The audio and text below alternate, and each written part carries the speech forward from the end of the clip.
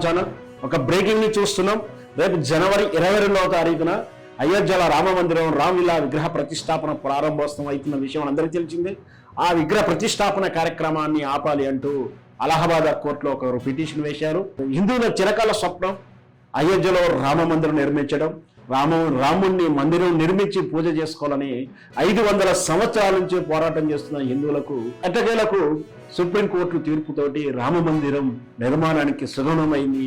ఆ రామ మందిరం నిర్మాణం చేస్తూనే రేపు జనవరి 22వ తారీఖు రోజు నాడు రాముల విగ్రహాన్ని మందిరంలో ప్రతిష్ఠించి ఆ రోజు రంగరంగ వైభవంగా పూజల కృతులు నిర్వహించిన తర్వాత జనవరి 25వ తారీఖు నుంచి సర్వదర్శనం అందరినీ కూడా దర్శనానికి చేయడానికి ఏర్పాట్లు చేశారు.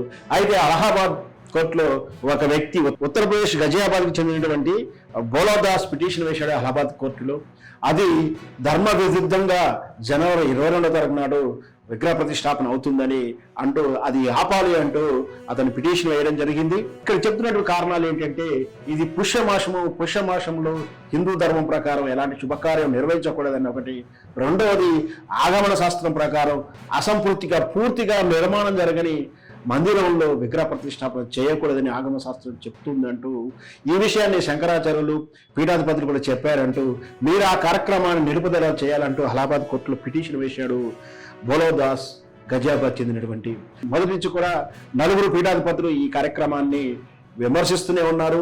ఇది ఆగమ శాస్త్రం ప్రకారం పూర్తిగా నిర్మాణం కానిటువంటి మందిరంలో విగ్రహ ప్రతిష్టాపన చేయకూడదని అంటూ ఒకవైపు విమర్శిస్తుంటే కొన్ని రాజకీయ పార్టీలు ఇది కేవలం బీజేపీ మోడీ ఎన్నికల ఎజెండాగా తొందరపడి అసంతృప్తిగా ఉన్నటువంటి మందిరాన్ని ప్రారంభిస్తున్నారు.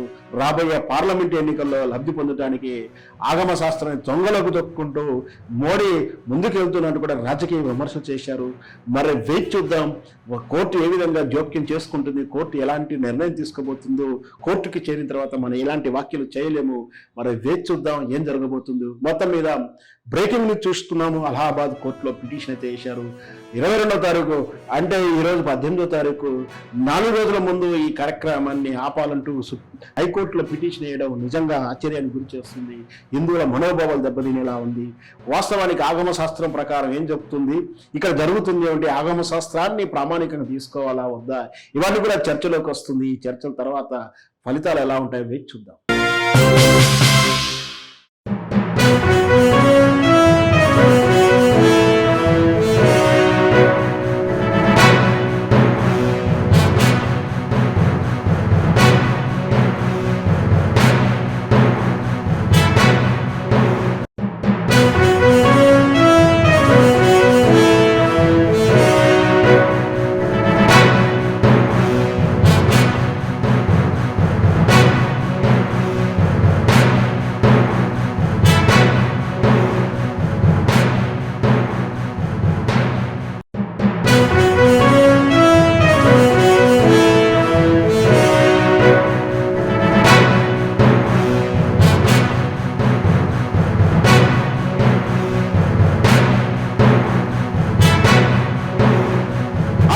అవర్ ఛానల్ ఒక బ్రేకింగ్ ని చూస్తున్నాం. రేపు జనవరి 22వ తారీఖున అయోధ్యలో రామ మందిరం రామలీలా విగ్రహ ప్రతిష్టాపన ప్రారంభోత్సవం అవుతున్న విషయం అందరికీ తెలిసిందే. ఆ విగ్రహ ప్రతిష్టాపన కార్యక్రమాన్ని ఆపాలి అంటూ అలహాబాద్ కోర్టులో ఒక పిటిషన్ వేశారు. హిందువుల చిరకాల స్వప్నం అయోధ్యలో రామ మందిరం నిర్మించడం, రాముణ్ణి మందిరం నిర్మించి పూజ చేసుకోవాలని 500 సంవత్సరాల నుంచి పోరాటం చేస్తున్న హిందువులకు ఎట్టకేలకు సుప్రీంకోర్టు తీర్పుతోటి రామ మందిరం నిర్మాణానికి సుగమమైంది. ఆ రామ మందిరం నిర్మాణం చేస్తూనే రేపు జనవరి 22వ తారీఖు రోజు నాడు రాముల విగ్రహాన్ని మందిరంలో ప్రతిష్ఠించి ఆ రోజు రంగరంగ వైభవంగా పూజల కృతులు నిర్వహించిన తర్వాత జనవరి 25వ తారీఖు నుంచి సర్వదర్శనం అందరినీ కూడా దర్శనానికి చేయడానికి ఏర్పాట్లు చేశారు. అయితే అలహాబాద్ కోర్టులో ఒక వ్యక్తి ఉత్తరప్రదేశ్ గజియాబాద్కి చెందినటువంటి బోలాదాస్ పిటిషన్ వేశాడు అలహాబాద్ కోర్టులో.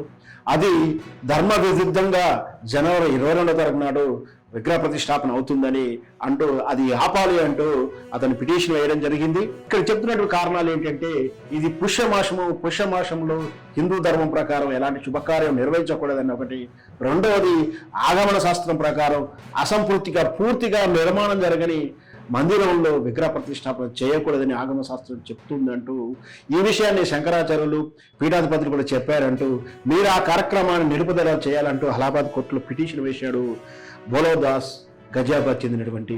మొదటి నుంచి కూడా నలుగురు పీఠాధిపతులు ఈ కార్యక్రమాన్ని విమర్శిస్తూనే ఉన్నారు.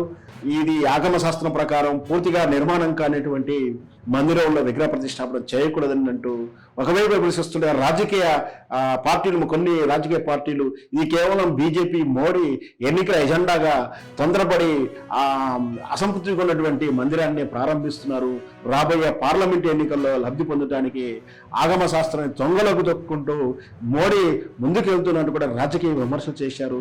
మరి వేచి చూద్దాం కోర్టు ఏ విధంగా జోక్యం చేసుకుంటుంది, కోర్టు ఎలాంటి నిర్ణయం తీసుకోబోతుందో, కోర్టుకి చేరిన తర్వాత మనం ఎలాంటి వ్యాఖ్యలు చేయలేము. మరి వేచి చూద్దాం ఏం జరగబోతుందో. మొత్తం మీద బ్రేకింగ్ న్యూస్ చూస్తున్నాము. అలహాబాద్ కోర్టులో పిటిషన్ అయితే వేశారు. 22వ తారీఖు అంటే ఈరోజు 18వ తారీఖు 4 రోజుల ముందు ఈ కార్యక్రమాన్ని ఆపాలంటూ హైకోర్టులో పిటిషన్ వేయడం నిజంగా ఆశ్చర్యానికి గురి చేస్తుంది. హిందువుల మనోభావాలు దెబ్బతినేలా ఉంది. వాస్తవానికి ఆగమ శాస్త్రం ప్రకారం ఏం చెప్తుంది, ఇక్కడ జరుగుతుంది ఏమిటి, ఆగమ శాస్త్రాన్ని ప్రామాణికంగా తీసుకోవాలా వద్దా, ఇవన్నీ కూడా చర్చలోకి వస్తుంది. ఈ చర్చల తర్వాత ఫలితాలు ఎలా ఉంటాయో వేచి చూద్దాం.